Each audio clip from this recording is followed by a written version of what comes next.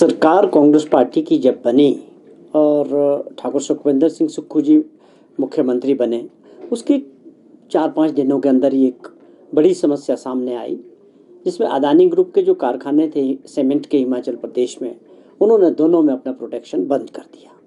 और उसके उपरांत क्या हुआ कि जो ट्रक ऑपरेटर्स थे, हज़ारों की संख्या में तकरीबन 20,000 परिवार फैमिलीज जो सीधे तौर पे सीमेंट ढुलाई का जो काम करते हैं, जो ट्रक ऑपरेटर यूनियंस हैं, उसके साथ जुड़े थे और उनका जो है रोज़गार बंद हो गया।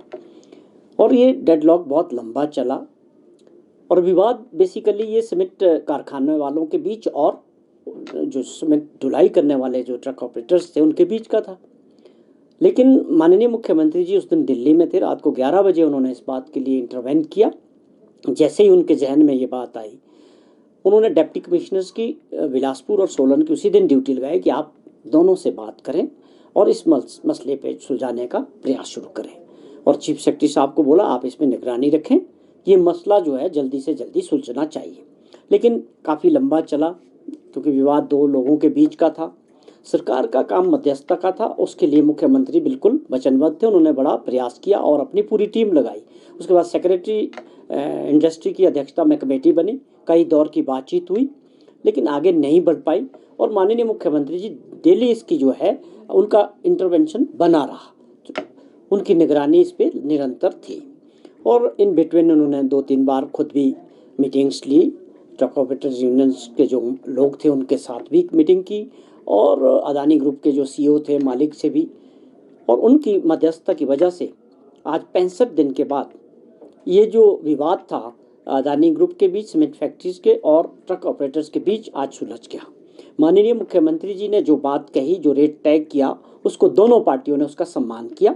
अदानी ग्रुप के लोग भी, जो उनके रिप्रेजेंटेटिव थे, वो भी सहमत हुए और जो ट्रक ऑपरेटर यूनियंस थी उनके जो नुमाइंदे थे, चाहे बरमाना के थे चाहे डाडला घाट के थे, सब ने इस बात को एक्सेप्ट किया।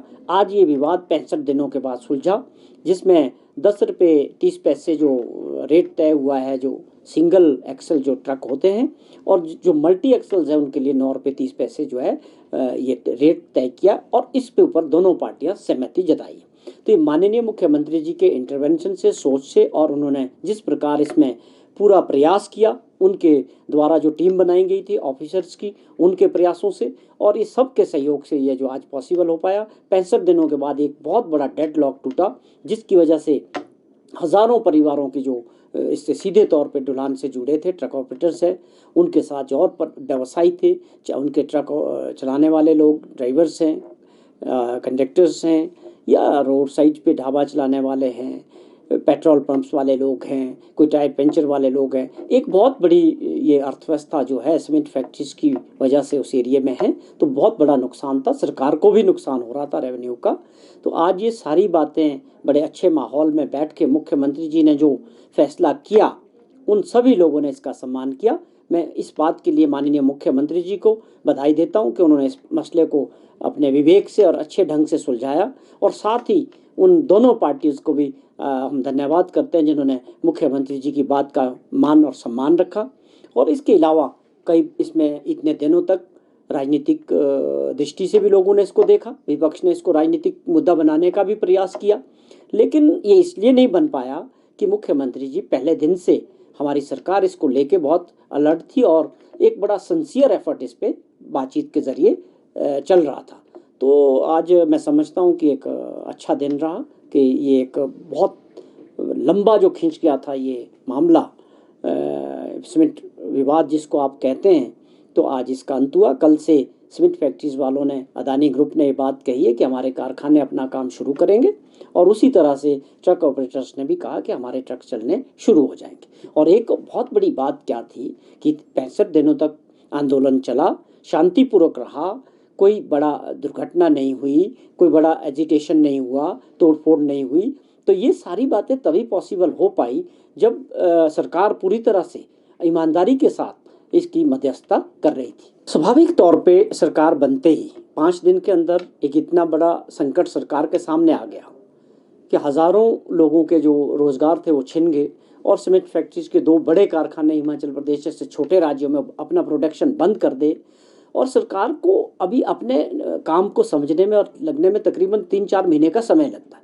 तो मुझे लगता है कि बहुत कम समय में 5 दिन के अंदर ये समस्या हमारे सरकार के सामने आई। लेकिन मुख्यमंत्री जी के विज़न से, सूझबूझ से और उनकी जो एक अपने लोगों के प्रति इस पूरे आंदोलन के दौरान जो ये डेडलॉक था, मुख्यमंत्री जी बार-बार ये बात कहते रहे कि हमारी जो सबसे बड़ी प्राथमिकता है, वो हमारे प्रदेश के जो ये लोग हैं, जिनके ट्रक्स हैं, जिनके ऊपर बैंकों का कर्जा है, उनके परिवार है, वो हमारी प्राथमिकता रहेगी। और उन्होंने उस बात को आज प्रूव भी किया कि हमारी जो पहली प्राथमिकता है वो हिमाचल प्रदेश के लोग हैं। और इंडस्ट्री वालों को भी उन्होंने एक मैसेज दिया है कि हम किसी भी कारखाना जो लगाना चाहता है प्रदेश में, इंडस्ट्री के खिलाफ नहीं है, लेकिन अल्टीमेटली आपको जो बातचीत है वो एक टेबल पे आके करनी है और कोई भी मसले हैं उसको सुलझाने का प्रयास करना चाहिए। लेकिन ये अपने आप में सराहनीय बात है कि अगर प्रदेश के मुख्यमंत्री खुद इंटरवेन कर रहे हो, मीटिंग्स ले रहे हो, तो इसकी गंभीरता को लोगों ने भी समझा और दोनों पार्टीज ने भी समझा और आज ये मसला सुलझा है, हमें इस बात की खुशी है।